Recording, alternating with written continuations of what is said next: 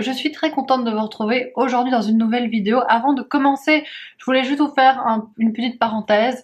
Vous ne verrez plus le nombre de likes sous mes vidéos pour l'instant.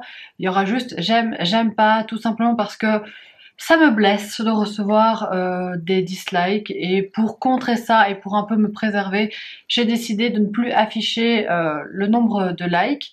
Mais vous pouvez évidemment toujours me laisser un petit pouce vers le haut, je pourrai le voir en allant sur mon téléphone, et en plus je peux voir les pouces vers le haut sans voir les pouces vers le bas.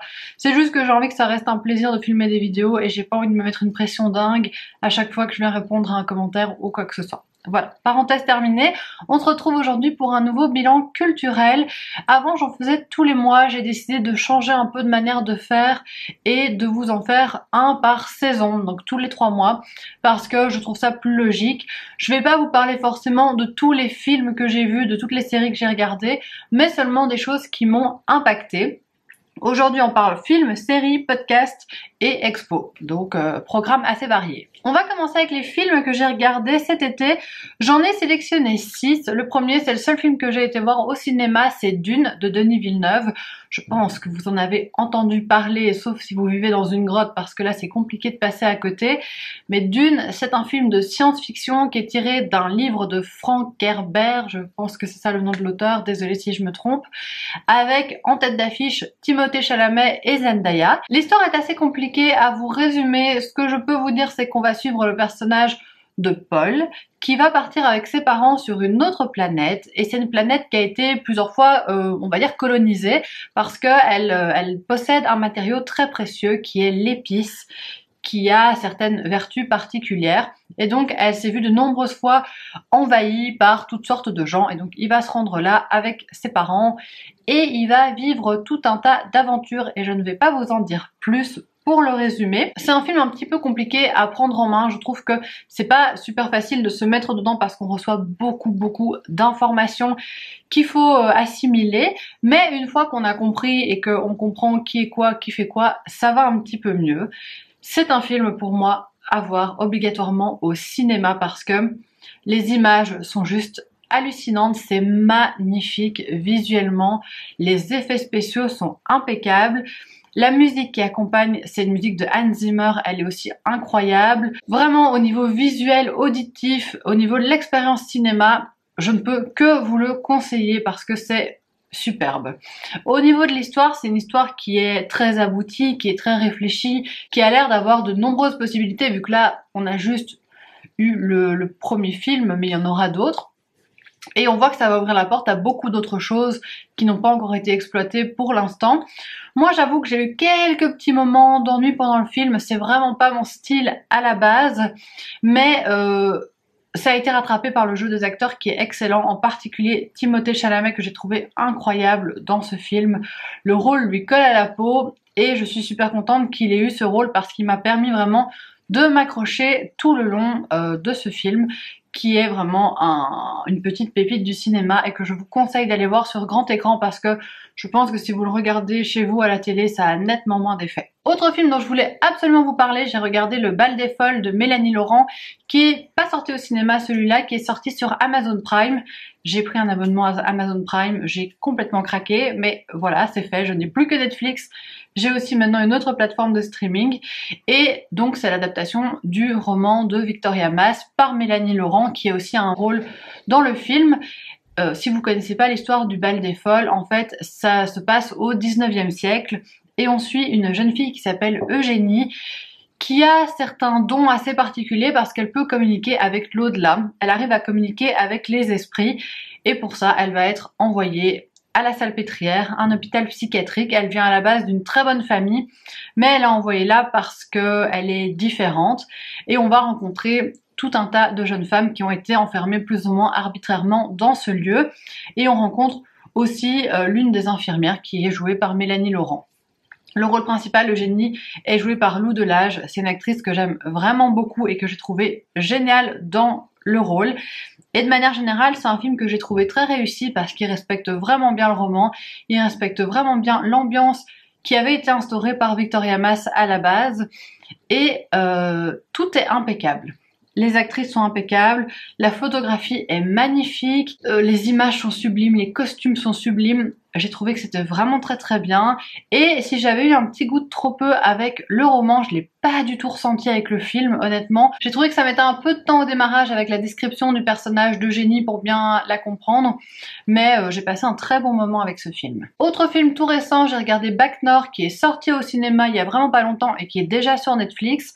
Là, j'ai regardé ce film simplement pour le trio d'acteurs principaux. On a Gilles Lelouch, j'oublie les noms aujourd'hui, hein. François Civil et Karim Leclou, 3 acteurs que j'aime vraiment beaucoup et que j'avais envie de retrouver dans ce film. Ils incarnent 3 policiers de Marseille qui travaillent dans les cités où il y a énormément de trafic de drogue et donc leur objectif ça va être de démanteler un cartel de drogue. C'est un film ultra violent. Il y a beaucoup de scènes un peu difficiles à regarder. Enfin moi quand on se fout des patates dans la tronche, j'ai du mal à regarder mon écran. Donc à ce niveau-là c'est assez hard, mais c'est un très bon film qui, je pense, j'en sais rien en fait, j'ai jamais été dans les cités de Marseille, donc c'est dans les cités nord de Marseille, qui je pense reflète plus ou moins fidèlement l'ambiance dans ces endroits. Et surtout c'est un film qui fait beaucoup réfléchir à certaines choses, au travail de ces policiers qui doivent se rendre tous les jours dans ces zones où ils risquent leur vie et aux limites qu'ils doivent mettre dans ce travail parce qu'on voit que parfois les policiers vont prendre certaines libertés assez étonnantes et je trouve que ça interroge vraiment toutes ces relations entre les gens des cités et les policiers et que c'est assez intéressant et surtout c'est un film sans aucun temps mort, donc vous vous ennuyez pas, ça passe vite, ça se passe bien, c'est filmé un peu caméra au point par moment.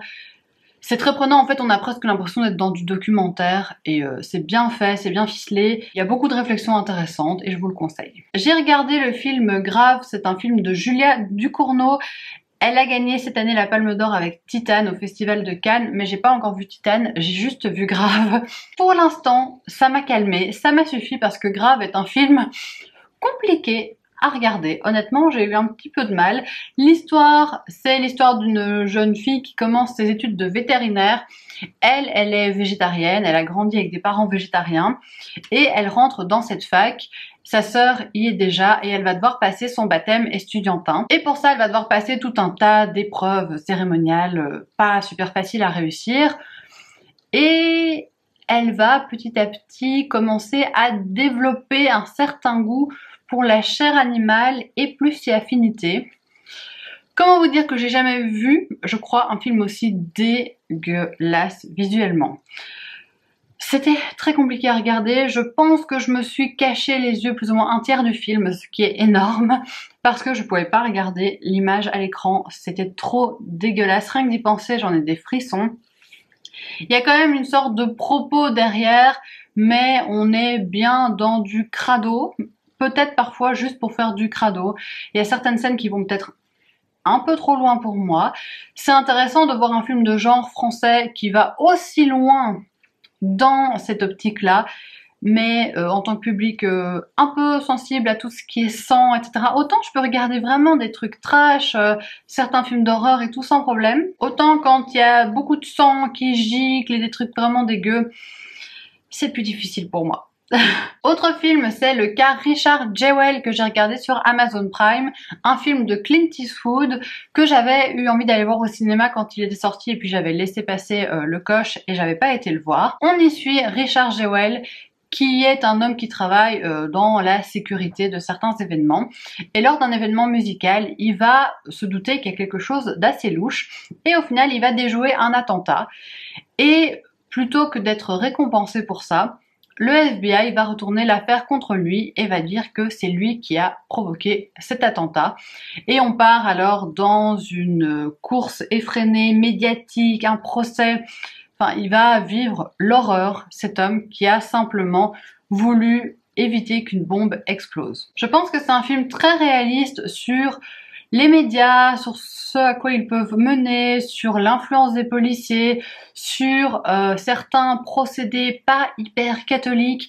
Je pense qu'à ce niveau-là, c'est vraiment très fidèlement retranscrit et c'est une histoire qui est passionnante. Moi, j'ai trouvé ça très haletant et surtout c'est mené par un acteur principal, je suis désolée, je n'ai plus son nom en tête, je vous l'écrirai, qui est impeccable parce qu'il doit jouer quand même un personnage compliqué à incarner parce que c'est un homme qui à la fois fait preuve de beaucoup d'intelligence dans son boulot qu'il exerce avec zèle, avec application, et à la fois c'est un homme qui est un peu limité d'esprit et qui peut facilement se faire berner à penser que tout le monde lui veut du bien et que tout le monde est gentil avec lui. Et c'est super bien interprété parce qu'on est toujours sur le fil entre les deux. Et la personne, il y a la pluie battante dehors, j'espère que vous l'entendrez pas. Et sa mère est interprétée par Kathy Bates, actrice juste incroyable. Et encore une fois, dans ce film-ci, elle l'est. Donc pour les messages véhiculés et pour les acteurs, c'est un excellent film. Je me suis dit que j'allais terminer avec une petite comédie parce que je vous ai parlé que de trucs assez catastrophiques. J'ai regardé Au poste de Quentin Dupieux. C'est une comédie hyper particulière que j'ai regardée principalement parce qu'il y avait Benoît Poelvoorde, je ne vais pas m'en cacher. Et en fait, c'est un truc super barré. C'est un homme qui vient parce qu'il a retrouvé un cadavre et donc il doit faire une déposition. Et il va passer une nuit complètement improbable au poste de police, interrogé par Benoît Poelvoorde qui est le policier.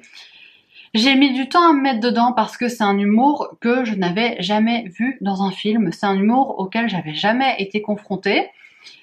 Et il m'a fallu un certain bout de temps pour comprendre cet humour. Au bout d'un moment, j'ai un peu lâché le truc. Enfin, j'ai commencé à rigoler. Je me suis dit arrête d'essayer de rationaliser cet humour, ce n'est pas possible. Donc ça m'a plu, j'ai rigolé à certains moments. Mais le point d'interrogation, c'est la fin. J'ai rien compris à la fin. Donc je pense que c'est peut-être un film qu'il faudrait revoir, mais j'ai encore plein de points d'interrogation alors que je l'ai vu il y a un petit bout de temps. On va maintenant passer aux séries, j'en ai 3 à vous présenter. La première, c'est le pire titre de série pour les gens qui ne sont pas super à l'aise avec leur accent anglais. Little Fires Everywhere. Le pire mot à dire si tu n'as pas envie de te lancer dans une tentative d'accent. Je ne vais plus le répéter, je vais vous mettre juste l'affiche, comme ça vous voyez le titre. Vous allez remarquer que chaque fois je démarre les films ou les séries pour une raison, le réalisateur, la réalisatrice ou les acteurs ou actrices. Ici c'est parce qu'il y avait Reese Witherspoon, il m'en fallait pas plus. J'ai commencé cette série qui est sur Amazon Prime et j'ai adoré. C'est une série qui se passe à la fin des années 90 dans une petite ville des États-Unis et on va suivre deux familles. Deux familles qui sont aux antipodes parce qu'elles sont pas du tout la même manière de fonctionner. D'un côté, vous avez la famille de Reese Witherspoon, mariée avec Joshua Jackson, en plus Pacey de Dawson. Mariée, 4 enfants, tout le monde est mignon, ils sont tous bons élèves, c'est vraiment la petite famille parfaite. Et de l'autre côté, vous avez une mère célibataire qui vient avec sa fille et qui va louer un appartement qui appartient au personnage joué par Reese Witherspoon. Je suis désolée. Au fil du temps, j'ai oublié les noms des personnages, donc je vous dis un peu approximativement les informations. Mais donc on va suivre ces deux familles qui évoluent dans la même ville et qui vont toujours avoir affaire l'une avec l'autre. Et quand la série commence, on sait que la maison de la petite famille parfaite va brûler, vivre dans une espèce d'immense manoir. Et premier épisode, la première chose qu'on voit, c'est cette maison qui brûle. Et on va revenir en arrière pour essayer de comprendre ce qui s'est passé. C'est une série adaptée d'un roman de Céleste Ng que ma sœur était en train de lire au moment où moi je regardais la série. Donc je lui ai dit « Hey, je regarde une série trop bien ». Elle était en train de lire le même bouquin, donc c'est assez dingue comme coïncidence. Et Céleste Ng a participé à la série, à la création de la série. Donc je pense que c'est assez fidèle au bouquin. Maintenant je lirai pas le bouquin parce que je connais toute l'histoire. Mais j'ai trouvé cette série incroyable. Pour plusieurs raisons. Déjà parce qu'elle va nous présenter différents modèles de famille qui vont susciter chez nous un jugement d'une part ou d'une autre. Et ce que j'ai adoré, c'est que chaque fois, grâce à la finesse du scénario, on en arrive à penser quelque chose de différent sur des personnages sur lesquels on pensait avoir un avis arrêté. Je m'explique. Vous adorez un personnage et grâce au scénario qui est très fin, petit à petit, vous allez vous dire « Eh mais peut-être que son comportement est problématique là ». Et ça va tout le temps aller, venir, et je trouve que c'est ça qui est génial. On n'a pas une idée préconçue sur un personnage, ça évolue tout le temps et c'est extrêmement bien fait. Les personnages sont ultra bien campés par les acteurs. Moi, je me suis pas ennuyée une minute, j'ai beaucoup de mal à regarder des séries. Eh ben celle-ci, j'ai jamais quasiment décroché mes yeux de l'écran parce que j'adorais. J'ai trouvé ça génial, j'ai trouvé ça trop bien fait. J'ai adoré tous les sous-thèmes qui sont abordés, dont je ne vais pas vous parler parce que ça vous en révélerait trop sur la série. Mais si vous avez l'occasion, regardez cette série sur Prime, elle est vraiment très cool. Très rapidement, je vous parle de la saison 4 de Atypical, c'est une série que j'adore, dont je vous ai déjà parlé ici. C'était juste pour remettre un peu d'huile sur le feu, pour vous dire, regardez Atypical, c'est trop chouette comme série. C'est une série qui se centre autour du personnage de Sam, qui a 17 ans au début de la série et qui est autiste, et on suit sa vie de famille, sa vie sentimentale qui est un peu compliquée et tous les obstacles qu'il rencontre au fur et à mesure, et donc on le suit évoluer de saison en saison. Et moi j'ai adoré, j'adore cette série, je trouve que c'est trop mignon, trop touchant, avec des beaux messages de tolérance, et c'est vraiment très réussi. Et alors je suis tombée dans une faille spatio-temporelle. J'ai l'impression d'avoir 15 ans à nouveau. Je regarde les frères Scott. Donc tous les midis, en mangeant, je regarde un épisode des frères Scott. J'ai déjà fini la saison 1 et la saison 2. Et il y a beaucoup de choses à dire. C'est vraiment un petit plaisir coupable. C'est un visionnage hate watch. C'est-à-dire qu'il y a beaucoup de choses que je déteste. Et pourtant, je suis obligée de continuer parce que ça m'accroche et que j'ai envie de connaître la suite. J'ai déjà vu non, peut-être pas tout. J'ai peut-être pas vu les toutes dernières saisons. En tout cas, j'ai déjà vu tout ce que là je suis en train de regarder au moins 2 fois, je crois. Et c'est une série que j'adorais quand j'étais ado. C'était pas ma série préférée, mais c'était vraiment une série que j'aimais beaucoup. Et je me rappelle que je comparais pas mal ma vie à ce qui se passait dans les frères Scott en me disant mais c'est trop bizarre, nous ça se passe pas du tout comme ça à l'école. Rien n'est réaliste dans la série. Il a fallu que j'ai 29 ans et que je la re-regarde pour comprendre ça. Rien n'est réaliste. Le pitch de départ, si vous n'avez jamais entendu parler des frères Scott, on est dans une petite ville de Caroline du Nord qui s'appelle Tree Hill, et un homme, Dan Scott, il y a 17 ans, eu 2 enfants avec 2 femmes différentes à quelques mois d'intervalle. Lucas Scott, qu'il a eu avec Karen, et Nathan Scott, qu'il a eu avec Debbie. Par la suite, il s'est marié avec Debbie, et donc Nathan a grandi avec son père, tandis que Lucas a grandi seul avec sa mère. Les 2 frères sont dans la même école, mais se détestent, et ils vont être amenés à jouer au basket ensemble. La première saison, je me rappelais vraiment très bien de tout ce qui se passait, et j'étais très contente de retrouver les personnages, de retrouver l'ambiance, même s'il y a beaucoup de choses que j'ai trouvées extrêmement problématiques, je vais y revenir après. La deuxième saison est concrètement beaucoup moins passionnante. C'est très redondant. Là, je suis dans la saison 3 et c'est de nouveau bien reparti, c'est assez chouette. Qu'est-ce qui est problématique dans cette série? C'est l'hypersexualisation des jeunes filles. Ça commence vraiment sur les chapeaux de roue parce que toutes les filles sont sexualisées alors qu'elles incarnent des personnages de plus ou moins 16 ans. Notamment, surtout Brooke Davis, mais il y a le personnage de Hayley qui est vierge et qu'on considère comme un alien parce qu'à 16 ans, elle est vierge. Tu te dis, waouh, ça véhicule des messages assez bizarres. Dès que les filles se retrouvent à faire du shopping, elles vont dans les magasins de lingerie, jamais dans un autre magasin. Il y a plein de petits trucs comme ça qui sont hyper bizarres, elles sont habillées de manière ultra sexy. Avec du recul, on a appris que le créateur de la série avait été accusé de harcèlement sexuel, ce qui explique beaucoup de choses. Je sais aussi que les actrices ont enregistré un podcast où elles regardent épisode par épisode et le commentent, donc les 3 actrices principales.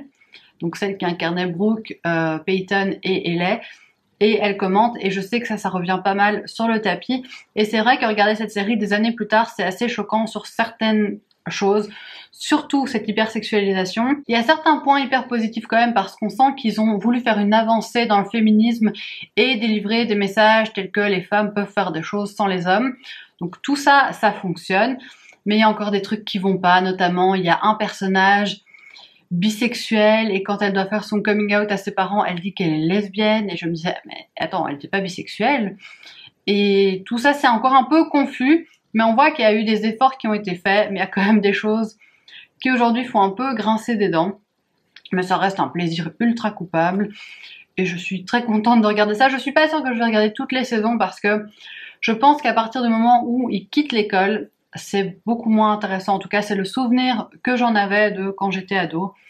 Et donc on verra bien jusqu'où je vais, je vous tiendrai au courant. On va passer au podcast, j'en ai 2 à vous présenter. Le premier, je vous en ai déjà parlé ici, c'est le podcast Amis. En fait, à la base, le principe, c'était 2 amies qui regardaient Two Friends. Il y en a une des 2 qui est fan de la série depuis toujours et l'autre qui n'avait jamais regardé. et donc on les suivait dans leur visionnage de la série. Elles ont regardé les 10 saisons de Friends, c'est terminé. Et maintenant, pendant les vacances, elles ont regardé les 5 films Twilight. J'ai écouté les épisodes, j'ai beaucoup rigolé. Clairement, je ne vais pas regarder les films Twilight une nouvelle fois. J'ai essayé il y a quelques mois de regarder le 1 et oh my god, c'est pas possible. Alors que j'adorais, j'étais ultra fan quand j'étais ado, je trouvais ça horriblement romantique. Je me demande comment j'ai pu penser des choses pareilles, mais bref. On a tous été jeunes et si vous aimez encore, tant mieux pour vous, honnêtement, c'est très cool. Mais moi, j'ai du mal à regarder ça maintenant. Mais les écouter en parler, ça m'a fait beaucoup rire. Honnêtement, je me rappelais pas du tout de tout. Je me rappelais que des moments hyper importants. Donc ça m'a vraiment fait rigoler de les écouter débriefer de ça avec un certain recul. Et c'était très drôle. Le deuxième podcast, c'est Métropolite. C'est un podcast que j'ai découvert assez récemment et pourtant j'ai déjà écouté tous les épisodes. C'est un podcast de bouffe. Si comme moi vous adorez tout ce qui est émissions culinaires du style Top Chef et tout, je pense que ça devrait vous plaire parce que dans chaque épisode, Noémie va à la rencontre d'un expatrié. Donc chaque fois, elle rencontre des expatriés qui viennent de pays différents et qui vivent en France. Et elle leur demande de parler de la nourriture de leur pays. Il y a plein de pays différents qui ont déjà été abordés. Le Vietnam, l'Angleterre, le Japon, la Jamaïque, le Maroc. Enfin vraiment, il y a plein de pays déjà qui ont été exploités. Et c'est très chouette parce qu'en fait, elle discute avec les gens qui parlent de la nourriture de leur enfance, qui parlent des nourritures de fête, qui parlent de ce qu'elles aiment manger. Et même si on peut pas goûter les plats en question, c'est juste super plaisant d'entendre des gens qui retombent dans leurs souvenirs et qui partagent avec nous leur amour de la nourriture. Et j'adore écouter ça. En plus, le méga bonus, c'est que les gens nous racontent tout ça avec l'accent de chez eux. J'adore écouter les accents. Je trouve ça incroyable. Il y a des accents qui sont tellement beaux. En fait, globalement, j'ai aimé tous les accents de tous les épisodes. Je trouve ça trop beau. Et ça rajoute un sacré charme à ce podcast. Si vous voulez l'écouter pour la première fois, commencez peut-être pas par le dernier épisode qui est sorti, donc celui entre la Jamaïque et New York, parce que la personne qui explique ne parle pas très bien français. Donc il y a beaucoup de moments où elle va switcher en anglais. C'est le seul épisode où on a ce cas de figure. Donc si vous écoutez que celui-là, peut-être que ça va vous donner une vision biaisée de ce que c'est réellement. Donc normalement, c'est vraiment les gens, ils parlent français tout le temps. Si vous n'êtes pas à l'aise avec l'anglais, il n'y a aucun problème. Il y a un épisode où la personne se sent plus à l'aise de parler de temps en temps en anglais. Donc je préfère prévenir. Et on va terminer cette vidéo avec une exposition. J'ai été voir l'exposition Meet the Masters à Bruxelles. C'est au Palais de la Dynastie. Donc en gros, c'est au bas du Mont des Arts, au tout début des marches. Et c'est une exposition qui va nous parler de Van Eyck, Bruegel et Rubens. Et d'abord, vous avez une petite explication sur chacun des peintres. Tout est très axé sur l'audiovisuel. L'explication est un petit peu enfantine, mais ce qui est bien, c'est que ça permet du coup de venir avec vos enfants. Je pense que ça leur plaira beaucoup aussi. Et donc, d'abord, le contexte pour chacun des peintres, d'où ils viennent, à quelle époque ils ont vécu, quelles étaient leurs principales caractéristiques. Et après, vous arrivez dans une pièce où vous avez une reconstitution animée de plein de peintures de ces grands maîtres flamands en animation à 360 degrés. Donc c'est super beau, c'est très impressionnant ce qu'ils ont réussi à faire. Et j'avais déjà été voir une exposition comme ça précédemment et j'ai trouvé que celle-ci était vraiment très réussie. C'est un petit peu court, ça coûte 11 € l'entrée pour les adultes, je sais pas combien ça coûte pour les enfants. Vous avez un audio guide, mais c'est vrai que ça passe quand même très vite, mais c'est très impressionnant visuellement. C'est très impressionnant de penser à tout le travail qui a été abattu derrière. Et si vous êtes de passage à Bruxelles, si vous habitez à Bruxelles, je peux vous le recommander, je pense que c'est jusque fin novembre. Et voilà, c'est tout pour cette vidéo, j'espère vraiment qu'elle vous aura plu, que ça vous aura intéressé. N'hésitez pas à me dire si vous avez vu un de ces films, une de ces séries, si vous avez des recommandations pour moi, tout ça en commentaire, je vous répondrai avec grand plaisir. Et je vous retrouve très bientôt dans une prochaine vidéo. Gros bisous!